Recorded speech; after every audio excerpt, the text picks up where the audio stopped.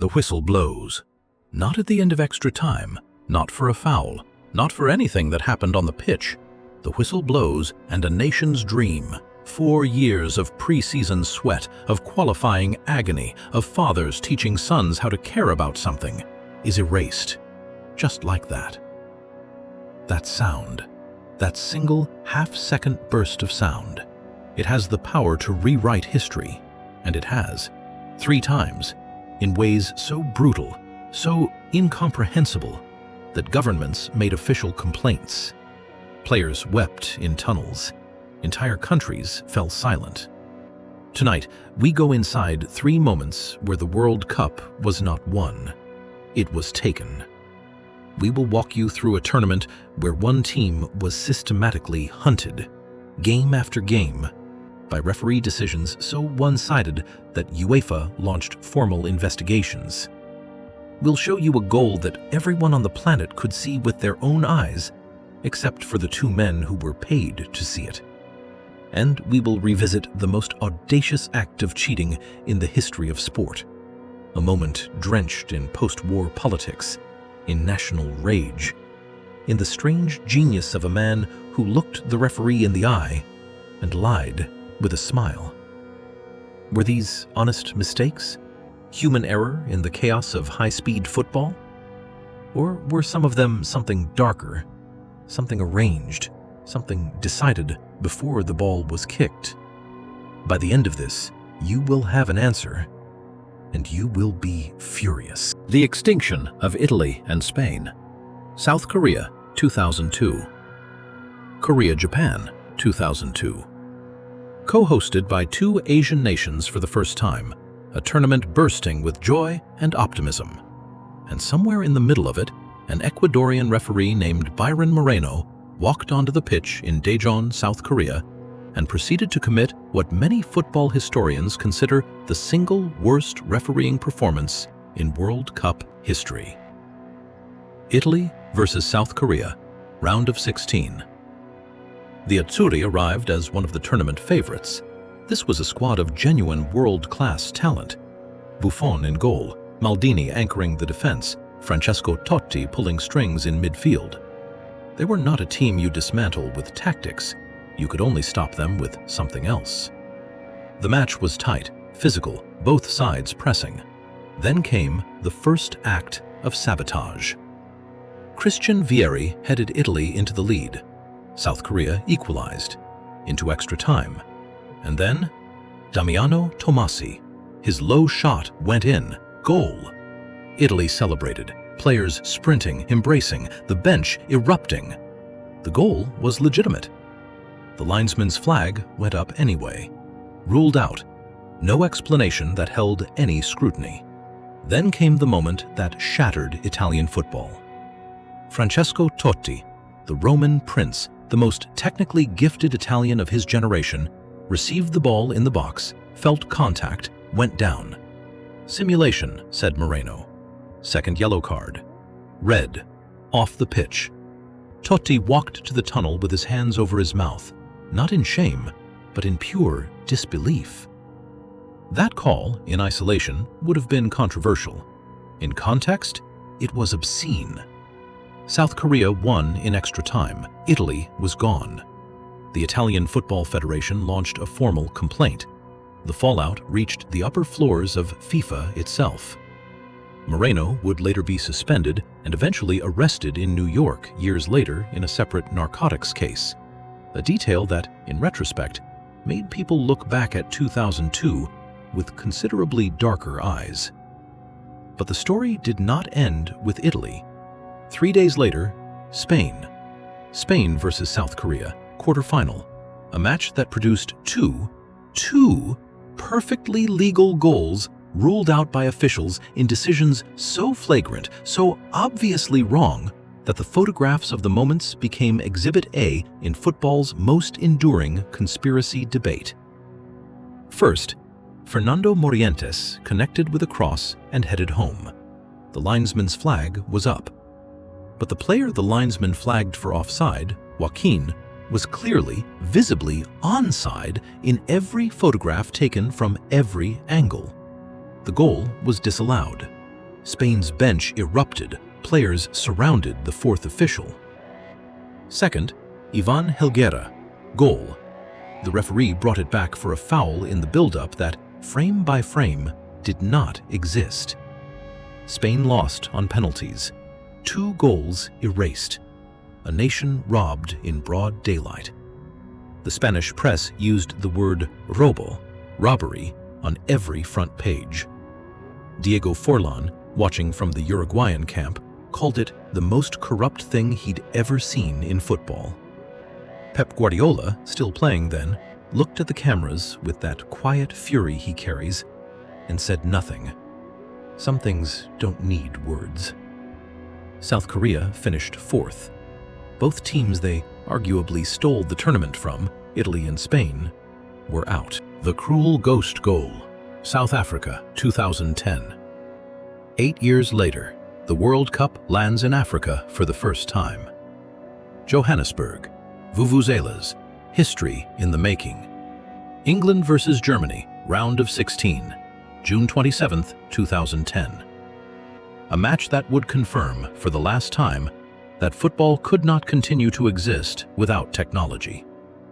England came in trailing 2-1, desperate, needing something.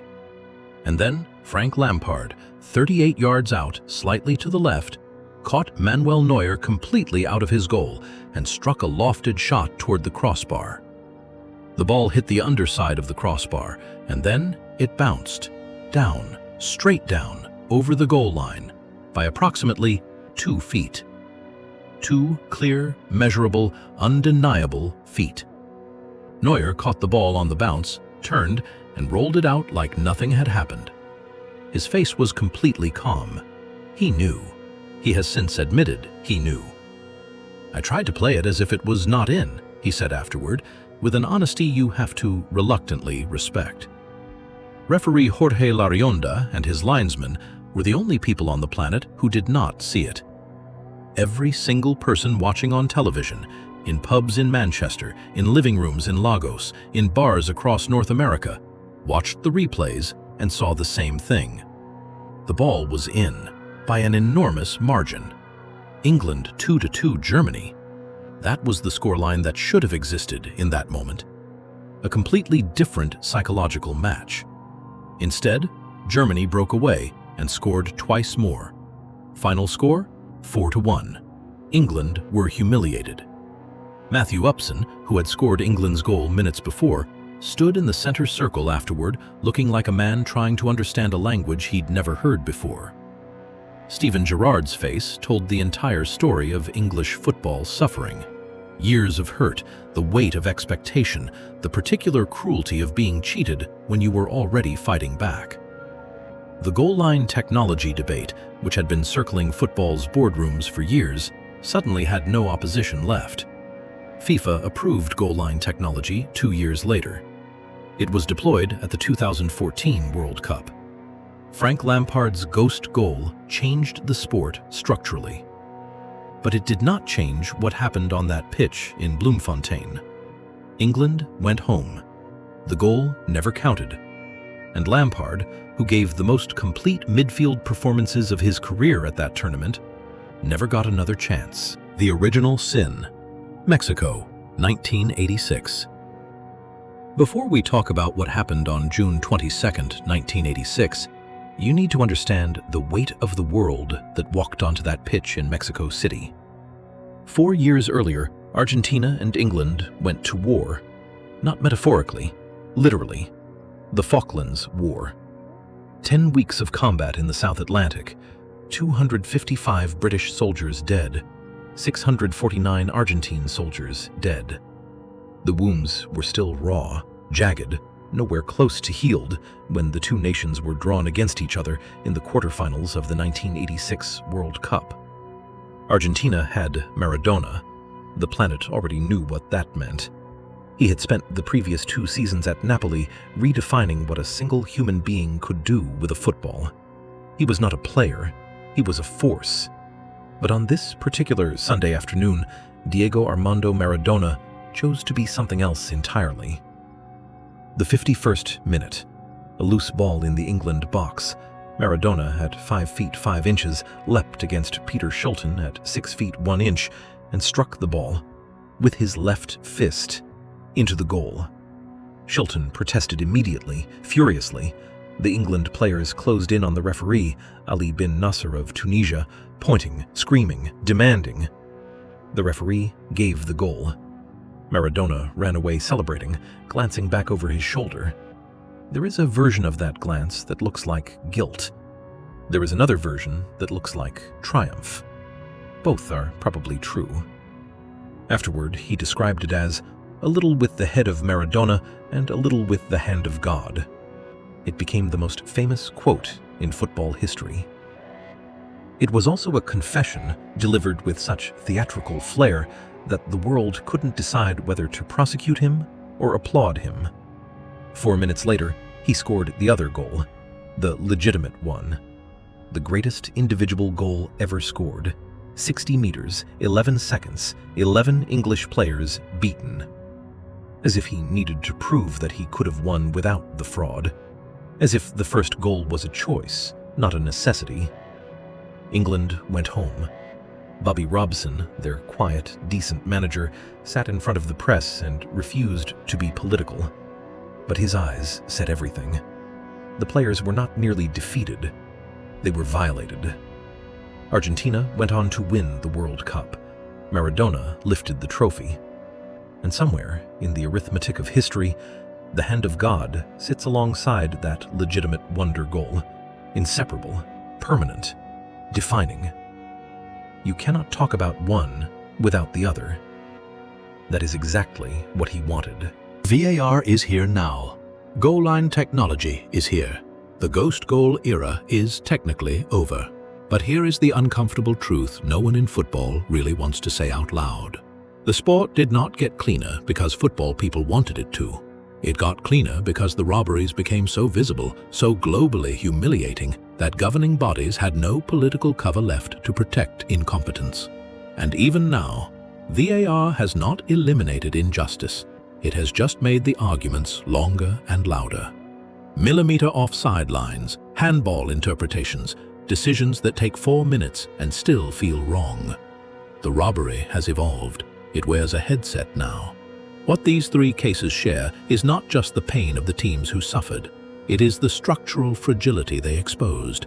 A sport that asked billions of people to care deeply about outcomes, while quietly accepting that those outcomes could be shaped by a single man with a whistle, or a linesman who blinked at the wrong moment, or a 5'5" genius who chose fraud over faith. The World Cup is 4 years of a nation's hope.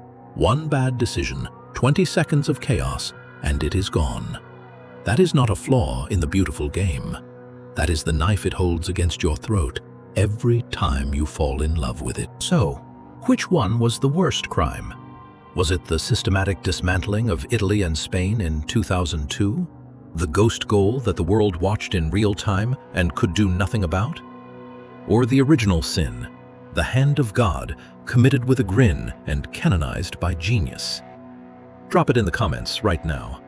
I want to see the debate.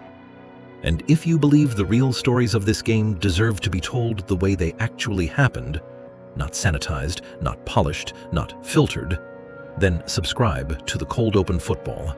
We protect the record every week.